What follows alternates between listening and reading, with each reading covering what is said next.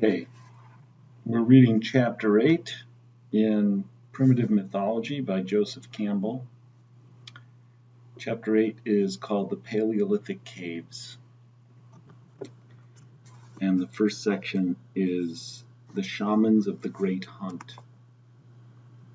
It is a profoundly moving human experience to visit the vast underground natural temples of the Paleolithic hunters that abound in the beautiful region of the Dordogne in southern France. One drives over the highways of the most recent period of man's self-transformation so comfortably that even when one tries very hard to imagine what human life must have been during the closing millennium of the Ice Age, when sturdy tribesmen not yet possessing even the bow and arrow ran down and slaughtered with pointed sticks and chipped stones the muskox, reindeer, woolly rhinoceros, and mammoth that ranged in this region over a frozen Arctic tundra. The contrast of that fabulous vision of the past with the gentle humanity of the present is so great that the likelihood of its ever having actually existed on this earth seems remote indeed. One has perhaps paused on the way southward from Paris at the Cathedral of Chartres, where the sculptured portals and glowing 12th and 13th century stained glass bear into the present the iconography of the remote Middle Ages. Or perhaps one has come around by way of the cities of the Rhone, Avignon, Orange, Nimes, and Arles, where temples, aqueducts, and colosseums in a totally different style of the most durably cemented brick testify to a period of European civilization older than that of cathedrals, that of Rome 2,000 years ago, when Ovid was composing his mythological history of the world.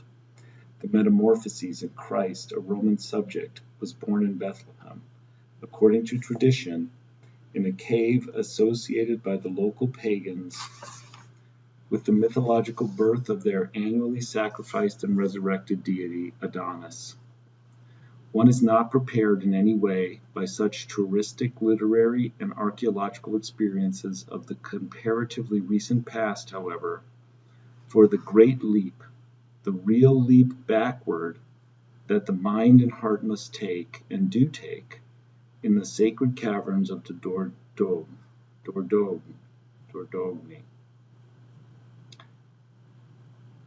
In the vast multi-chambered hunting age sanctuary of Lascaux, which has been termed the Sistine Chapel of the Paleolithic, an experience of divinity has been made manifest, not as at Chartres or in the Vatican, in human anthropomorphic figurations, but in animal, theriomorphic. Overhead on the domed ceilings are wondrous leaping bulls, and the rough walls abound in animal scenes that transmute the huge grotto into the vision of a teeming happy hunting ground. A herd of stags apparently swimming a stream, droves of trotting ponies of a chunky woolly sort, their females pregnant, full of movement and life, bisons of a kind that has been extinct in Europe for thousands of years.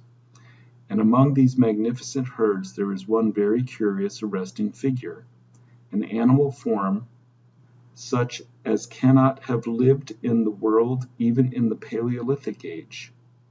Two long straight horns pointing directly forward from its head, like the antennae of an insect or a pair of poised banderillas, and the gravid belly hangs nearly to the ground. It is a wizard beast, the dominant manifestation of this whole miraculous vision.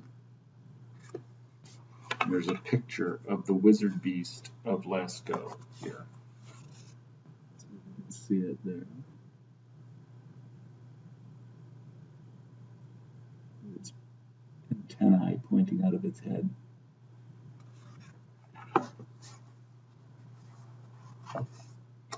Moreover, there is another uncanny painting even more suggestive of the mystery of this Stone Age cathedral of hunting magic, at the bottom of a deep natural shaft or crypt, below the main level of the floor of the cave, a most difficult and awkward place to reach.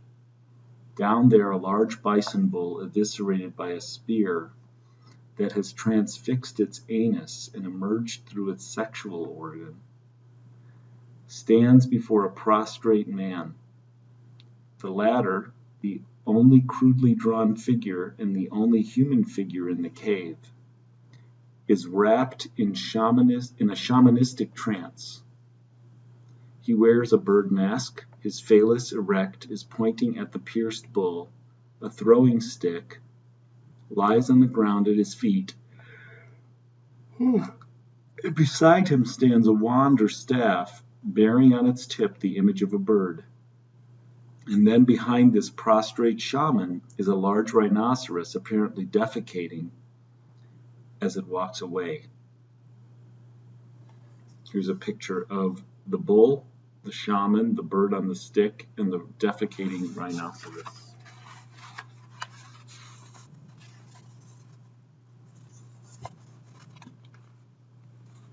See here, can you see that? Oops, no. I don't think I'm doing a good job on this one. There we go.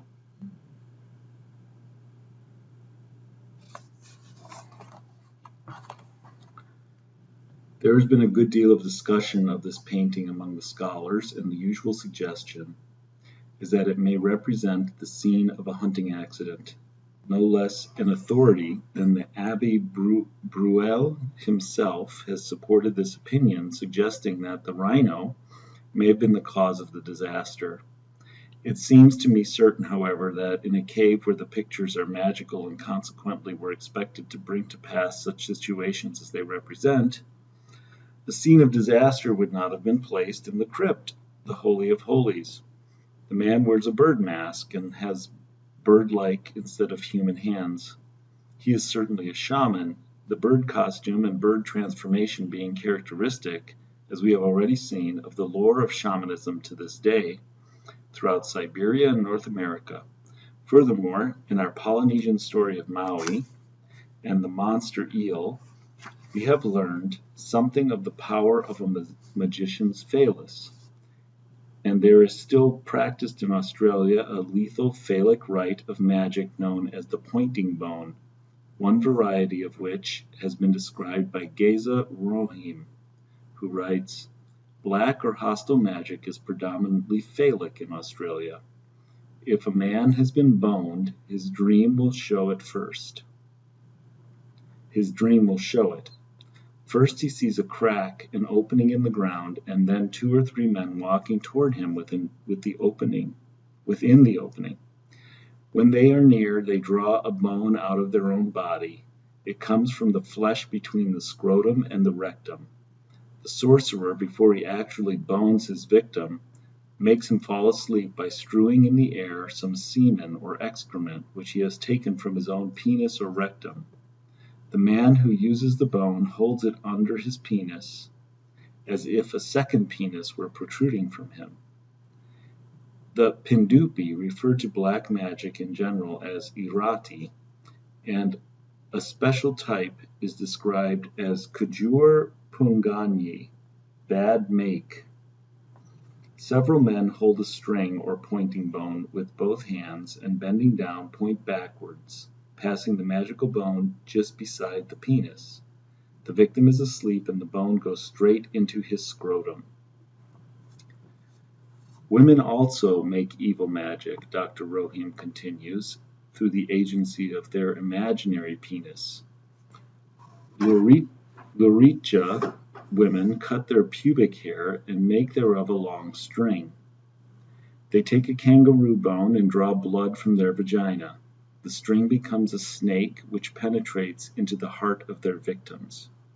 A further example comes from the women of the Pindupi tribe.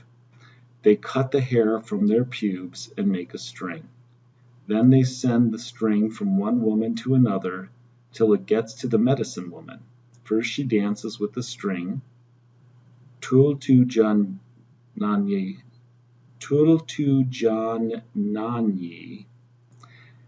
and then she swallows it. In her stomach it is transformed into a snake.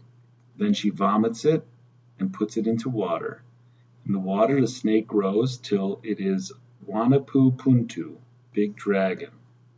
The dragon undergoes another transformation, becoming a long cloud flying in the air with many women seated on it. The cloud becomes a snake again. It catches the woman's soul while she is asleep. These examples suffice to suggest a plausible symbolic context for the pointing penis of the prostrate shaman of Lascaux, as well as for the defecation of the passing rhino, who may well be the shaman's animal familiar.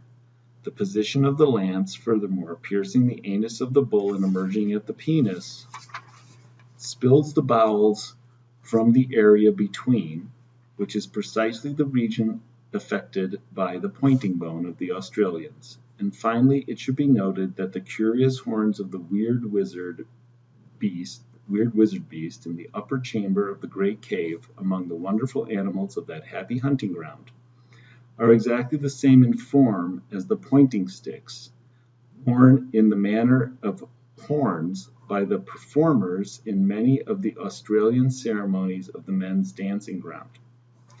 Frobenius in North Africa,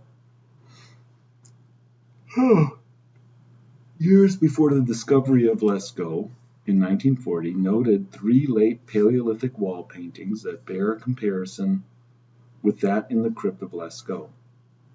One from the face of a rock wall at Qasr Amar in the Sahara Atlas Mountains shows a man with upraised arms before a buffalo. The second from Fezzan in southwest Libya shows a couple dancing before a bull. 2 more dancing couples have been added in a later style. And a third from the Nubian desert shows 3 figures with upraised arms before a great ram. It is to be noted, writes Frobenius, that in almost all pictures of this kind the representation of the animals has been carried out with great care, while the human figures are exceptionally sketchy. But this observation holds true for the picture at Lascaux as well as for those that Frobenius had seen. I think what is shown in these pictures is on no account a ceremony, states Frobenius, for we have pictures of similar postures of adoration before elephants and giraffes.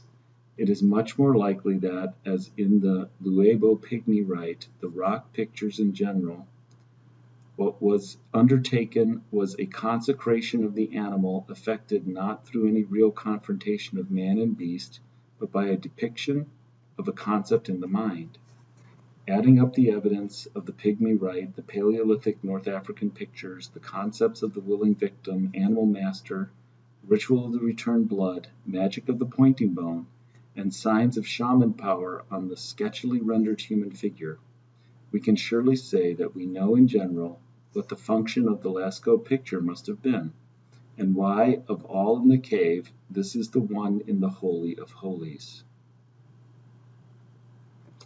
The prostrate figure with the bird's head and the curious questing beast of the upper cave, furthermore, are by no means the only evidences of the presence and importance of shamans in the Paleolithic period of the Great Caves. In Lascaux itself, there is a third figure, which the Abbé Bruel has compared to an African practitioner of magic. Indeed, no less than 55 figures of the kind have been identified among teeming herds and grazing beasts of the various caves. These make it practically certain that in that remote period of our species, the arts of the wizard, shaman, or magician were already well developed. In fact, the paintings themselves clearly were an adjunct of those arts, perhaps even the central sacrament, for it is certain that they were associated with the magic of the hunt, and that in the spirit of that dreamlike principle of mystic participation, or to use Piaget's term, indissociation, which we have already discussed, their appearance on the walls amounted to a conjuration of the timeless principle, essence, noumenal image or idea of the herd into the sanctuary, where it might be acted upon by a rite. A number of the animals are shown with darts in their sides, or as though struck by boomerangs and clubs. Others engraved on softer walls are actually pitted with the holes made by javelins that must have been hurled at them with force. One thinks of the wax images of popular witchcraft, into which a name is conjured, and which are pierced by needles or set to melt by a fire, so that the person may die. It is also interesting to note that in most of the caves, the animals are inscribed one on top of the other with no regard for aesthetic effect. Obviously, the aim was not art, as we understand it, but magic, and for reasons that we now cannot guess, the necromantic pictures were thought to be effective only in certain caves and in certain parts of those caves. They were renewed there, year after year, for hundreds of centuries, and without exception, these magical spots occur far from the natural entrances of the grottos, deep within the dark, wandering, chill corridors and vast chambers, so that before reaching them, one has to experience the full force of the mystery of the cave itself. Some of the labyrinths are more than half a mile in depth, all abound in deceptive and blind passages and dangerous sudden drops. Their absolute cosmic dark, their silence, their unmeasured inner reaches, and their timeless remoteness from every concern and requirement of the normal waking field of human consciousness can be felt even today, when the light of the guide goes out. The senses suddenly are wiped out, the millenniums drop away, and the mind is stilled in a recognition of the mystery beyond thought that asks for no comment, and was always known and feared, though never quite so solidly experienced before. And then suddenly, a surprise visual shock, a never to be forgotten imprint, as follows. So we'll stop there for now. Next time we're going to find out what that never to be forgotten imprint is.